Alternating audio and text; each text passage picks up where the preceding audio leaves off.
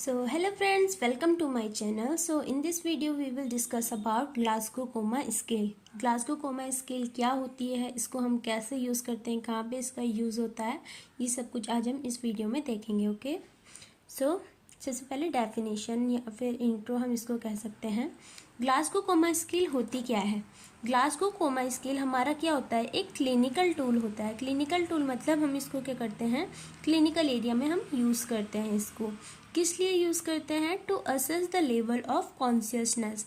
Consciousness के level को check करने के लिए, मतलब जो हमारा पेशेंट है वो कॉन्शियस है, सेमी कॉन्शियस है, फुल कॉन्शियस है, ये सब कुछ हम क्या कर सकते हैं, ग्लासगो कोमा स्केल की हेल्प से पता कर सकते हैं. And also use to assess neurological condition in head injury.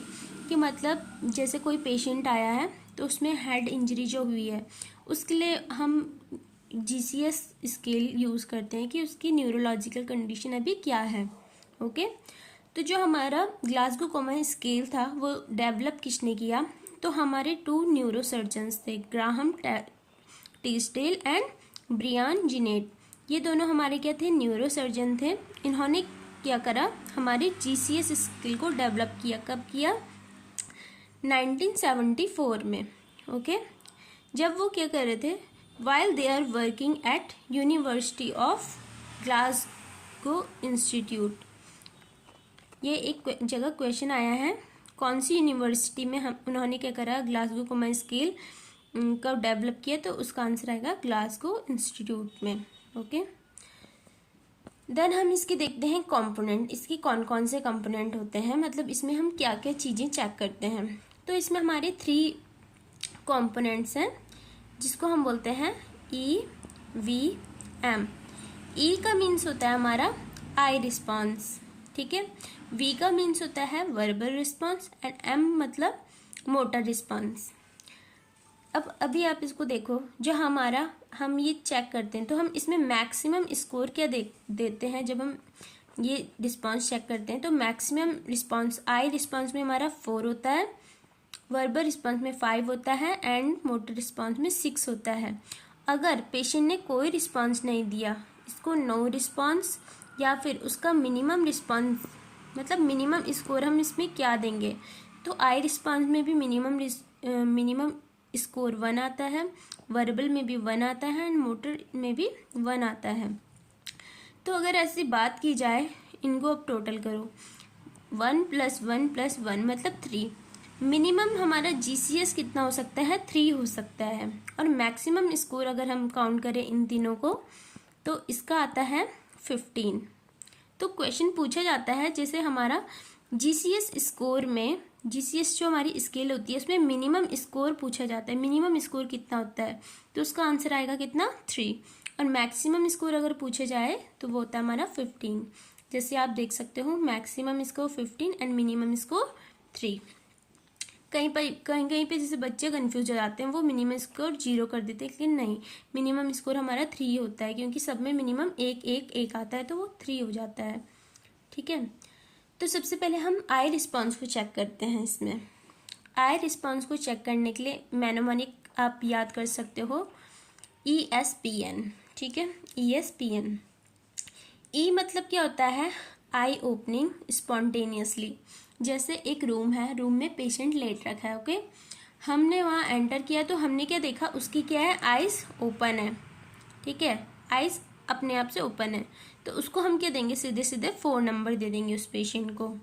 जैसे हम रूम में गए, पेशेंट की आई ओपन नहीं थी, आइज क्या थी, क्लोज थी, लेकिन जब हमने उसको साउंड दी, हे हेलो वेकअप, उठ जाओ, ऐसे करके, तो उसकी क्या हुई, आइज ओपन हो गई. मतलब वर्बल स्टिमुलाई के थ्रू अगर उसकी आइज ओपन हो रही है तो हम उसको कितने नंबर देंगे, 3 नंबर देंगे. अब जैसे हमने उसको आवाज़ दी लेकिन वो फिर भी नहीं उठा, तो हम क्या करते हैं, उसको पेन देते हैं. पेन कहाँ पे देंगे, जैसे हमारा ये फिंगर है, फिंगर का जैसे नेल होता है ना, तो नेल बेड में क्या होंगे, हम करेंगे, हम प्रेशर अप्लाई करेंगे, कितने, 10 सेकेंड के लिए. तो अगर पेन के वजह से उसने क्या करा, अपनी आइज ओपन की हैं, तो उसको हम क्या करेंगे, 2 नंबर दे देंगे. लेकिन हमने सब कुछ कर लिया, लेकिन क्या हुआ, उसकी आइज ओपन नहीं हुई, तो हम उसको मिनिमम स्कोर कितना दे देंगे, 1 दे देंगे. ओके अब इसमें एक चीज़ है, अगर हम उसका किसी कंडीशन लाइक आई में क्या है, स्वेलिंग है, आई में स्वेलिंग है, तो हम क्या करेंगे, ये कौन सी कंडीशन आती है, नॉट टेस्टेबल। जैसे हम गए, अगर उसकी आई में हमें स्वेलिंग देखने को मिल रही है, आई ओपन इस वजह से नहीं हो पा रही है, तो इसमें लिख देंगे हम not testable due to eye swelling. उसके बाद हमारा सेकंड वन रिस्पॉन्स जो हम चेक करते हैं वो आता है हमारा वर्बल रिस्पॉन्स। वर्बल रिस्पॉन्स का आप मैनेमोनिक याद कर सकते हो, अवर कंट्री विन। जैसे हमारी क्रिकेट मैच जीता था तो आप याद कर सकते हो अवर कंट्री विन। अवर से आप याद कर सकते हो ओरिएंटेड, मतलब अब ये इसको कैसे चेक करेंगे, फॉर एग्जाम्पल हम पेशेंट से क्वेश्चन पूछ सकते हैं, आपका नाम क्या है, आप कहाँ रहते हो, अभी दिन हो रही है, ये क्वेश्चन हम उससे पूछ सकते हैं। जैसे हमने उसका नाम पूछा तो उसने बता दिया, या फिर हमने उसको बोला कि आप कहाँ हो अभी, तो उसने क्या बोला, बता दिया कि मैं अभी कहाँ हूँ, हॉस्पिटल में हूँ। मतलब वो क्या है, ओरिएंटेड है सब चीज़ से, तो हम उसको कितने नंबर दे देंगे, 5 मार्क्स दे देंगे। कंट्री से आप याद कर सकते हो कन्फ्यूज्ड, पेशेंट क्या है, कन्फ्यूज्ड है। इसका पता हम कैसे करेंगे, जैसे हमने उसको बोला अंकल आप कहाँ हो, ठीक है, वही क्वेश्चन किसी और पेशेंट से करा तो उन्होंने क्या बोला, पता नहीं बेटा, शायद मैं कहाँ हूँ, होटल में हूँ, या फिर मार्केट में हूँ, बाजार में हूँ, वो कुछ भी, मतलब वो कन्फ्यूज्ड, उसको पता नहीं है वो कहाँ है, ओरिएंटेड नहीं है। लेकिन उसको क्या है, हमारा क्वेश्चंस इसमें समझ आ रहा है लेकिन आंसर उसको नहीं पता। जैसे हम उसको बोलेंगे अंकल अभी दिन हो रही है या रात हो रही है, तो उसको पता ही नहीं है, पता नहीं बेटा शायद शाम हो रही हो, ऐसा कुछ करके, तो उसको हम क्या करेंगे, 4 नंबर दे देंगे इसमें। उसके बाद WIN, ठीक है, W से आप याद कर सकते हो वर्ड्स इनएप्रोप्रिएट। मतलब जैसे हमने उसको बोला अंकल आप क्या खाओगे, तो उसने बोला क्रिकेट। अंकल आप कहाँ हो, होटल में। मतलब उसको ना इसमें हमारे क्वेश्चंस भी समझ नहीं आ रहे हैं, तो वो क्या कर रहा है, कोई भी कुछ भी वर्ड बोल रहा है, जैसे क्या खाओगे, क्रिकेट, क्रिकेट कोई खाता है, तो नहीं, उसके क्या है, इनएप्रोप्रिएट वर्ड्स, ठीक है, वर्ड्स इनएप्रोप्रिएट हैं, तो उसको हम 3 मार्क्स देंगे। उसके बाद आता है आई से इनकॉम्प्रिहेंसिव साउंड। अब क्या है, उसके वर्ड भी नहीं निकल रहे हैं मुँह से। जैसे हमने बोला अंकल आपका नाम क्या है, वो कह रहा है ई, ऐसे करके रिस्पॉन्स दे रहा है, तो उसको हम क्या करेंगे, 2 नंबर देंगे। अगर वो कोई रिस्पॉन्स ही नहीं दे रहा है तो हम उसको क्या करेंगे, 1 नंबर दे देंगे सीधा सीधा। अब इसमें अगर क्या है, पेशेंट को क्या है, हियरिंग प्रॉब्लम है, मतलब वो सुन ही नहीं सकता है, या फिर पेशेंट क्या है, इंट्यूबेट है, तो इन कंडीशन में हम क्या करेंगे, जैसे हम टेस्ट ही नहीं कर सकते हैं पेशेंट का ये वाला रिस्पांस, वर्बल रिस्पांस, तो हम क्या करेंगे, उसमें सीधा लिख देंगे क्या, नॉट टेस्टेबल। जैसे हमने पिछले वाले उसमें लिखा होता, इसमें भी हम क्या लिख देंगे, नॉट टेस्टेबल, ठीक है। जैसे हम वो सुन ही नहीं पा रहा है तो वो जाहिर सी बात है आंसर भी नहीं दे पाएगा, ठीक है। उसके बाद हम मोटर रिस्पांस कैसे चेक करते हैं, मोटर रिस्पांस का हम मैनेमोनिक याद कर सकते हैं, कांट लिव विदाउट फैंस, ठीक है। तो इसमें मैक्सिमम स्कोर कितना होता है, 6 हो गया, मिनिमम 1। फर्स्ट वन आगे हमारा कांट से हम याद कर सकते हैं कमांड, ओबे। मतलब जैसे हमने उसको कोई कमांड दी, मतलब हमने उसको कुछ बोला, जैसे अंकल अपना मुंह ओपन करना, अपनी टंग दिखाओ, ऐसे अगर हमने उसको, या फिर अपने हाथ ऊपर करो, तो वो क्या कर रहा है, हमारे कमांड्स को क्या कर रहा है, ओबे कर रहा है, मतलब जो भी हम बोल रहे हैं वो फॉलो कर रहा है, तो उसको हम सीधे सीधे क्या करेंगे, 6 नंबर दे रहे हैं, मतलब उसकी मोटर रिस्पॉन्स सही है। लीव से आप याद कर सकते हो लोकलाइज टू पेन। जैसे इसमें हम क्या करते हैं, ये है लोकलाइज टू पेन, हम पेशेंट की जो यहाँ पे नेक में अपर ट्रेपेजियस जहाँ पे मसल रहती है उसको हम क्या कर रहे हैं, स्क्वीज कर रहे हैं, ठीक है। स्क्वीज करते टाइम उसको क्या है, उसको पता चल रहा है कि पेन हो कहाँ पे रहा है, मतलब वो अपने पेन को लोकलाइज कर पा रहा है, तो उसको हम क्या करेंगे, 5 मार्क्स दे देंगे। मतलब उसको पता है कि पेन कहाँ पे हो रहा है, लोकलाइज कर पा रहा है।